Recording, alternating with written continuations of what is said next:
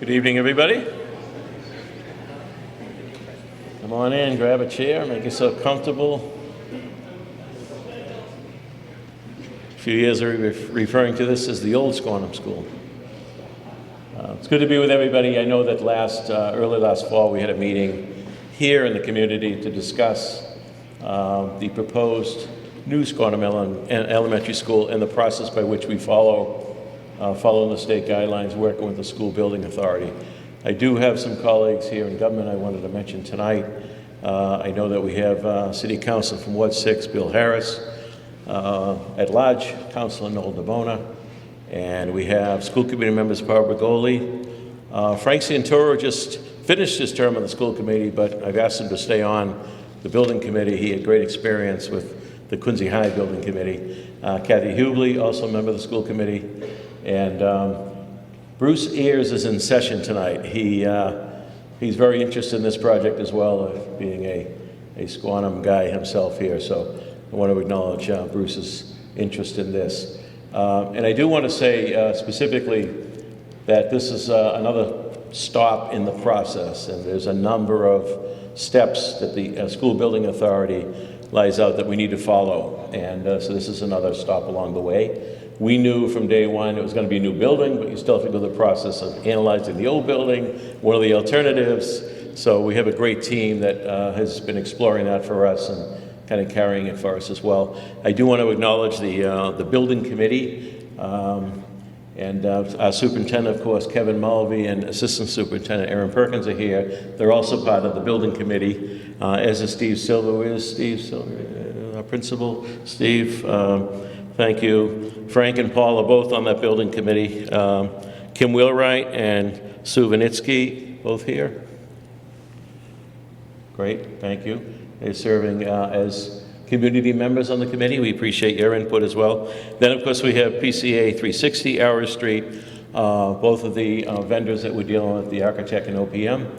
Also want to recognize the Commissioner of Public Buildings, Paul Hines, who's on the building committee, but he oversees all the building projects in the city.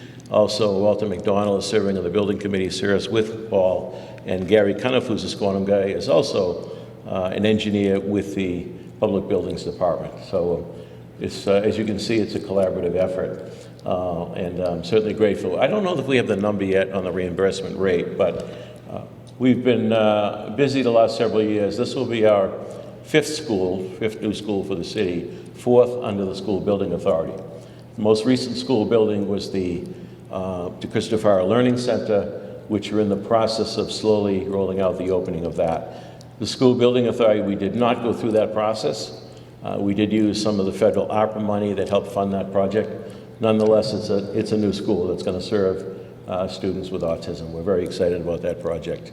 I know that along the way, everybody was excited about that project. In fact, some of my folks that work the last 16 years with me have told me that's their favorite project. So I'm thrilled with that. As you know, we've done the new Quincy High, we've done the new Central, and we've done the new Southwest Middle School. So here we are tonight to talk a little bit about Squantum.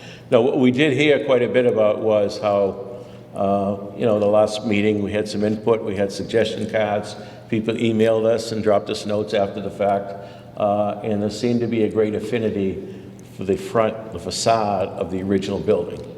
And I think you'll be pleased with what the architectural firm has come up with to deal with that, preserving that part of the building. I think we'd all agree that there's other parts of the building that nobody will miss, but certainly that piece, that historic piece, is going to be worked into the design. So there's a number of more steps that we have to go, and I'm going to have Larry come up from Arrow Street. Before I do that, at some point along the way, we'll be going to the City Council for the full bond authorization.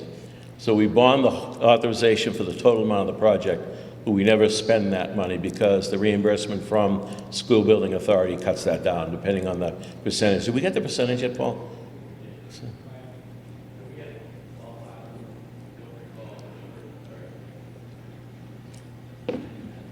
I guess we don't have it? Is there? Okay, I think Southwest was 63% reimbursement from the state on the project, and there's certain things that they don't reimburse for and do reimburse for, and it's a square footage rate that they determine, so that the rate is will be a positive thing, a great thing for the city of Quincy.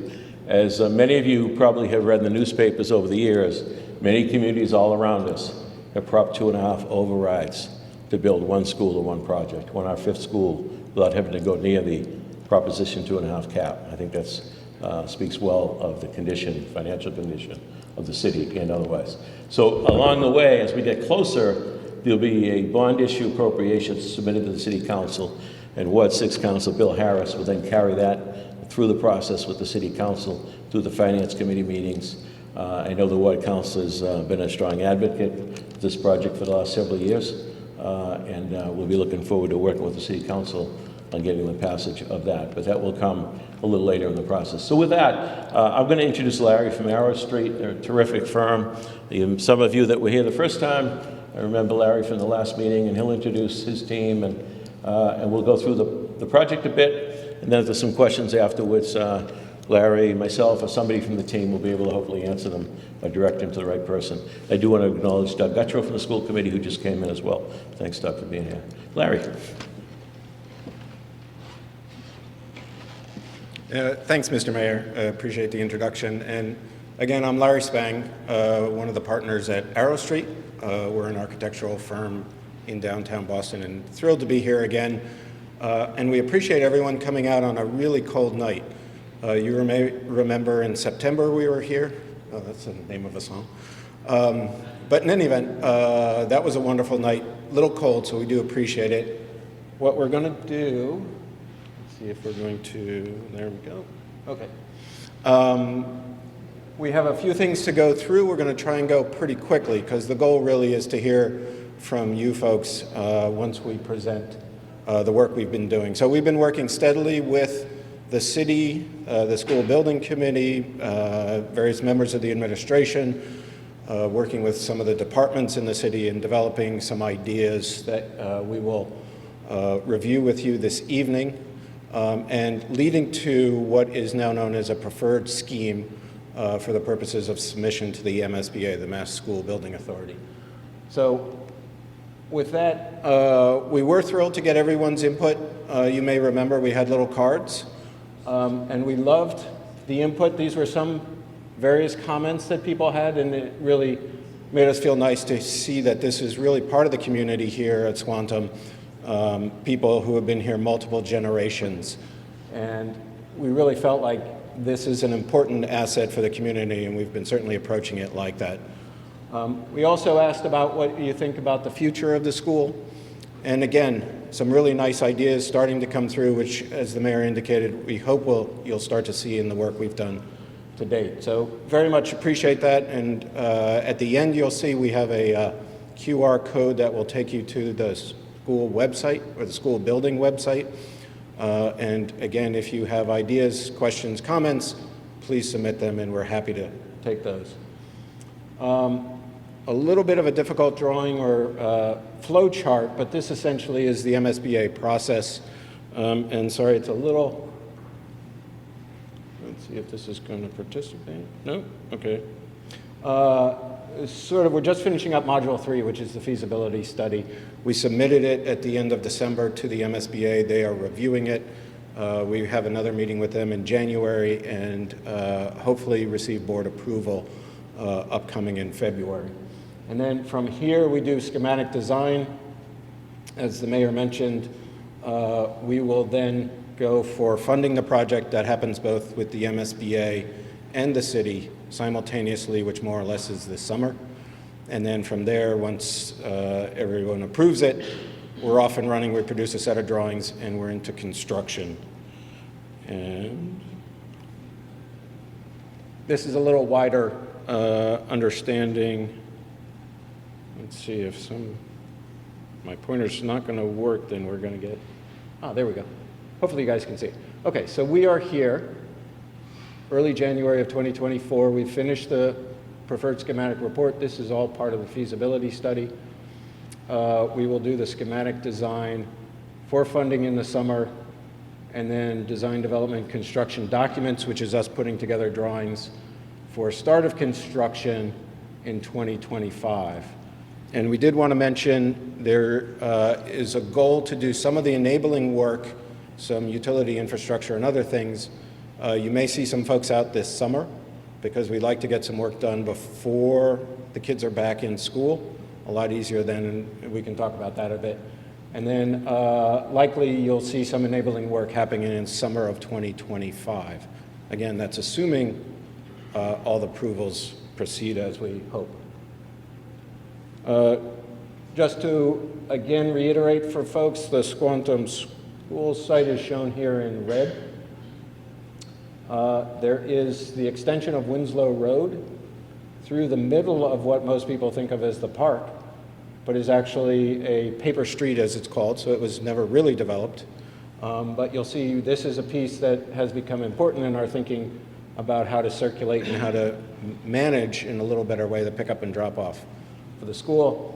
And then back here is the park, which you'll see we are doing a little bit of work during construction there, but our basic goal is to minimize our impact on the park and return it to the way it was afterwards.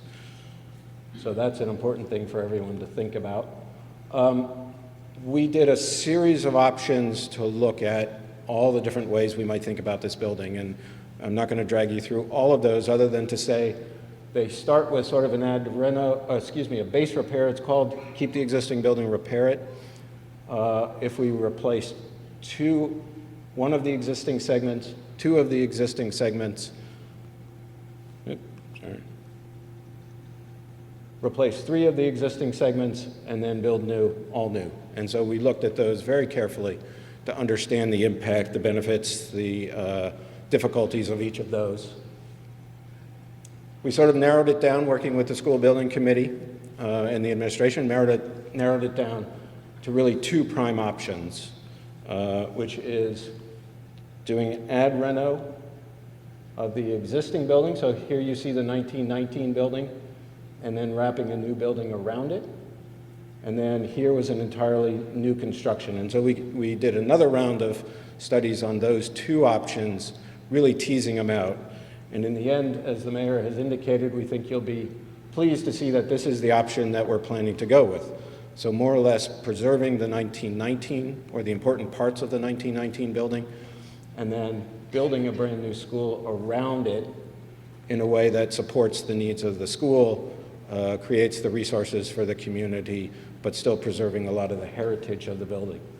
And we just did want to highlight that we went through on all of those options, looking carefully at all the different aspects of the building, the educational program, traffic, pedestrian safety site, construction phasing, et cetera. So we really did a very thorough review to end up where we are. So with that, we wanted to talk through the scheme as it is today. I will note a lot more work for us to do over the next few months, getting through the end of this spring to do what we call schematic design. So a lot of work. This will show you the basics, and then from here we do a lot more work, so a lot of time still to go on. And with that, let me introduce my coworker, Tina Suhu, who is the project manager for the project, who's going to take us through the next discussion about the preferred scheme. Thank you, Larry, and excited to be here and to share this information with you. What you see in front of you is exactly what it says. It's a landscape concept. This is very early stages just to understand what we have in terms of area for landscaping, planting, but also keeping in mind that we are trying to preserve as many of the trees as we possibly can on the site. There are some old growth trees that are beautiful, and it is our intention to try to preserve them as best possible. For those trees that we are not able to preserve because it's going to allow for the design of the building, the placement of the building, we will replace those trees with the same number of calipers, essentially. So understanding that this is very early, this is really just to show potential, but further study will be done and continue to progress as we move along with design. Site and circulation, we heard loud and clear that that is one of the main concerns of the site as it is existing. It's with its current conditions and how it's being operated now with the existing streets. So we're looking at, as Larry had mentioned, the paper street and how we might be able to utilize that as the main, and really moving the parent drop-off that's currently on Huckins Avenue and moving it to the paper street, which is Winslow Road. So you'll see there that that's really trying to designate that as the main parent park and drop zone, where parents are able to drive through, park, or meet their kids during dismissal. So that is dedicated, is basically allowing as much length for queuing for the parents that are dropping off or picking up. Other parts of circulation, we understand that Huckins is a busy road. There is certainly a fair amount of peak traffic in the morning, especially during drop-offs. So trying to keep that clear, but also allowing for parking. So really additional parking along Huckins and as well as along Mayflower where it's needed, because it is one of those well-used roads. But really trying to allow on-street parking and then allowing the free two-way circulation that it needs. Also looking at having separate bus and van drop-off, keeping it safe, bringing those vans and buses onto the site and creating a loop close to the building. Also staff parking, keeping in mind that there's a number of staff that arrive by car, and understanding that ample parking is necessary and important as their arrival and daily use of the school. And you'll also note that we're looking into EV charging. And then pedestrian safety is very important as part of all of the circulation for vehicular. And so you'll notice here that we're looking and making sure that there is safe crosswalks and safe sidewalks that are well marked. Site drainage and resiliency, all part of this is in terms of making sure what we're doing to the site provides proper drainage, stormwater, and infiltration, and that we're not diverting it into other parts of the neighborhood, but really trying to keep that to the site in itself. Other things that you'll notice that is trying to maximize impervious areas, so this is where landscaping and proper selection of plants is important as part of the resiliency. An emergency generators plan, so in periods when there is no power, the school will have the power that it needs to minimally run fire alarm, fire protection, keeping it secure, but also resiliency hub, looking at the gym and the cafeteria as a place for the community to come together during the time when there may be no power or when the tide is high. And so there's definitely a need for community use. And as we start to get into the building, we're looking at organizing how we might be able to organize key spaces within the building. And this is a diagram where we ended up, but we've gone through many sketches, many iterations to understand and maximize the potential of what makes the most sense for a school and for the educational program to function mostly for the students, but also for the community.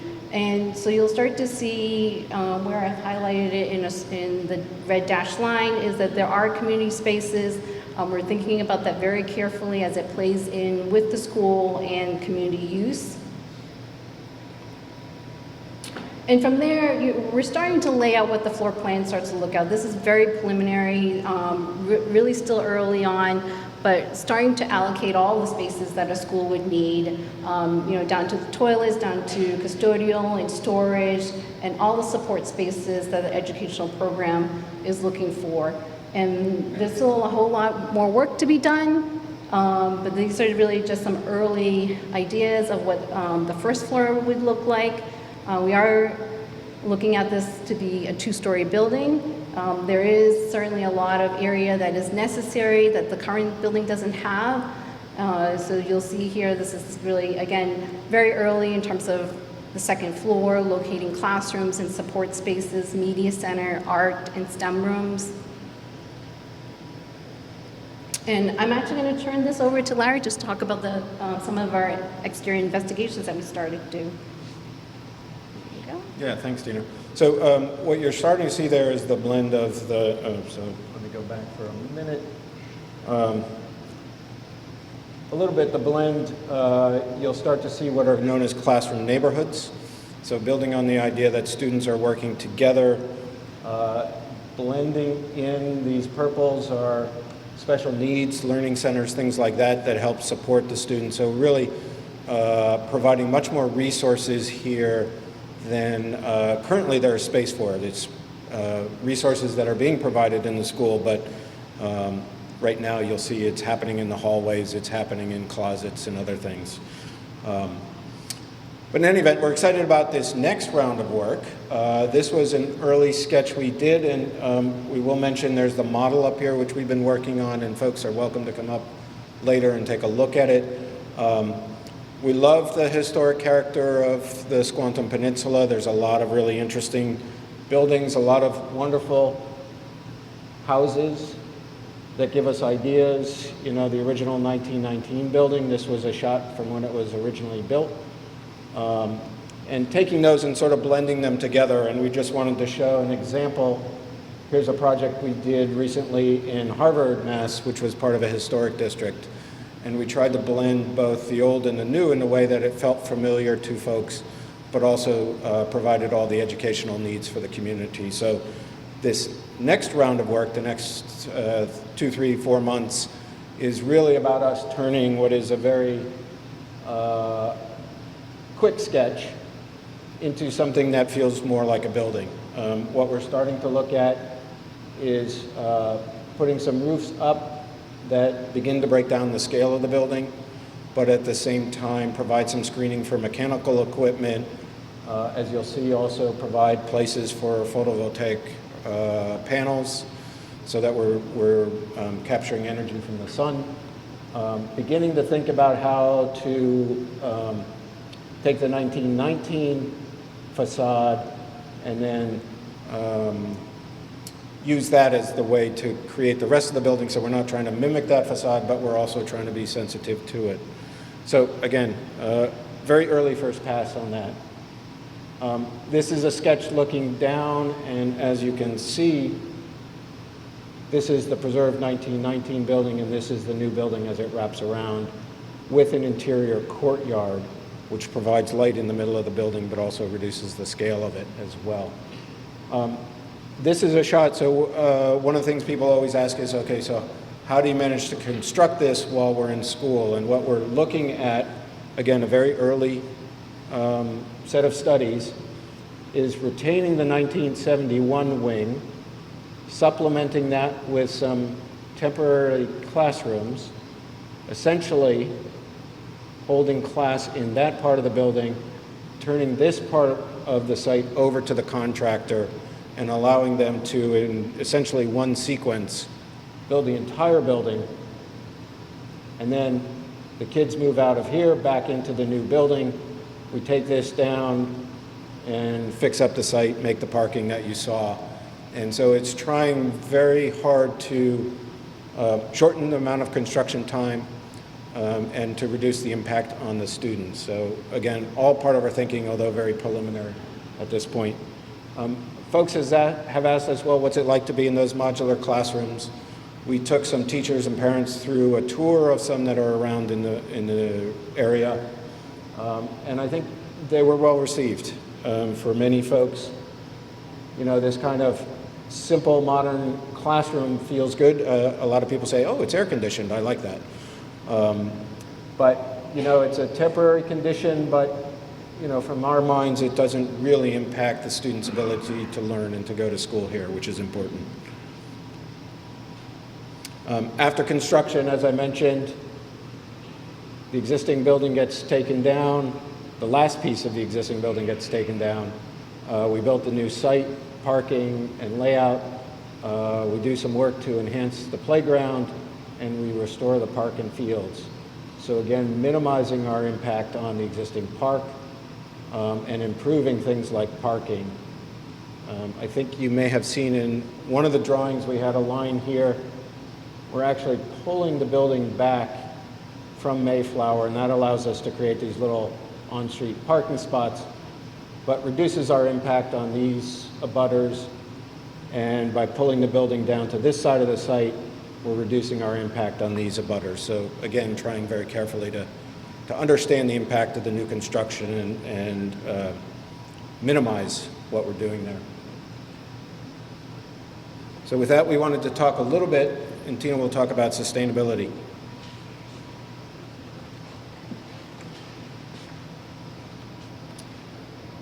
And so sustainability was part of our early thinking. What you see in front of you here, the goals that were identified, that was part of initially from our educational visioning, and this is with the school and with the district to come up with these ideas. And so this has been carried on from the very beginning, from the very start. And so these are some of the things that we're looking at in terms of for the building and for the site. So you'll see here solar PV arrays. We're looking at geothermal as being a very efficient building, also as an all-electric building to reduce our carbon footprint, but also looking at incentives, like how can we capture some of the funds that's through Mass Save and as well as through the federal government.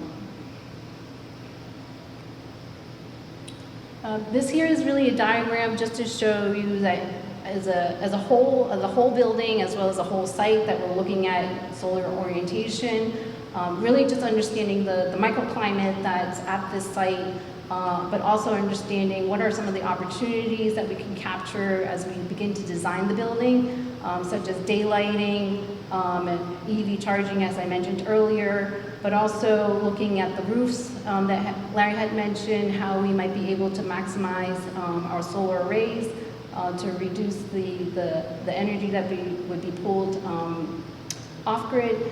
And also just really trying to understand thermal performance, building envelope, making it a robust building to reduce its energy use. Healthy indoor environment is very important, as we understand. Students spend a good amount of time within these classrooms, so having a healthy indoor environment not only means healthy materials that we're trying to specify for the building, but acoustics is a big part of it, so their learning environment is at its best. Operable windows to be able to open and bring in fresh air, but also creating some of those daylight views out into the landscape. But other things might be, just looking at how materials might bring in some natural feel with natural looking materials. But ventilation as well, as we all learned from our COVID experiences, that ventilation and bringing in fresh air and comfort is very important. As I mentioned, healthy materials is a part of it. As we begin to specify some of the materials, and we're looking at items that are not on the red list, that does not have PFAS, or either it has low VOCs or low emitting materials. Those are the things that we vet through as we consider some of the materials that we're using in schools. And then building as a teaching tool, this was one of the ideas that had come through for some of the other schools. These are actually images and photos from previous schools that we have done. Some of it could be very low cost in terms of really just graphic and explaining to students and to families how this building was designed, how it's functioning, what it's doing in terms of health and environment. You can see that a dashboard can be installed, and that really shows in real time how the building is functioning, what it's doing in terms of it's lowering its energy use. And so it really becomes a teaching tool that can be beneficial to the students and to the family. And from here, thank you for being here. We're really excited about this project and some of the next steps. As Larry had mentioned, there is a QR code here. We will continue to add progress and information to the project website as we progress through the design. Thank you. And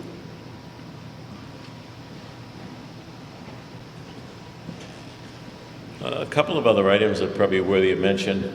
I think you've picked up on that they looked at all the existing conditions, and to try to get some of that craziness off of Huckins Ave was a priority. So I think this plan is a good solid one. It's very safe.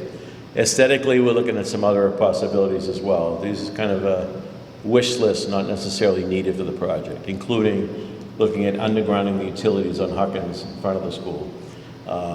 Anytime we have that chance to do that today, we like to do that. It's not easy to do and it's not cheap to do, but that's one of the things on the wish list. You saw the segmentation between the paper street, so you got the park behind it, which comes under the Park and Recreation Board, which is protected under Chapter 97 of state law. So we try to stay off of that footprint because we would have needed special legislation if we interfered with the park use. So I think by hugging the existing building, tightening up and go 2 stories, it actually gives us a lot more land around it to work with for the appropriate parking for staff and election day activities. The way they've situated the gym and the caf for the public to use, I think is tremendous. The park itself, former park commissioner for 12 years, I love parks, I love trees.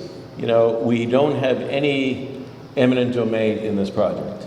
It doesn't mean we may have some discussions with some neighbors about a potential purchase of a property or 2 that might make it a better project. But we don't need to do that. So I want to make sure I'm clear on that. I certainly don't want rumors coming out here tonight we're taking homes. That's not the case. As we're doing this project, it's also a public works project. It was mentioned about the drainage and the importance of controlling, diverting the drainage appropriately. You saw the underground chambers. That's important. All of the street and road work around it, everything will be upgraded to granite curves. Mayflower is a mess today, as we know. There's no parking on this side, but they park on this side. So it is a bit of a mess. So the plan that's been drawn up, I think, cleans that up nicely, allows your traffic coming and going with some parking on that site.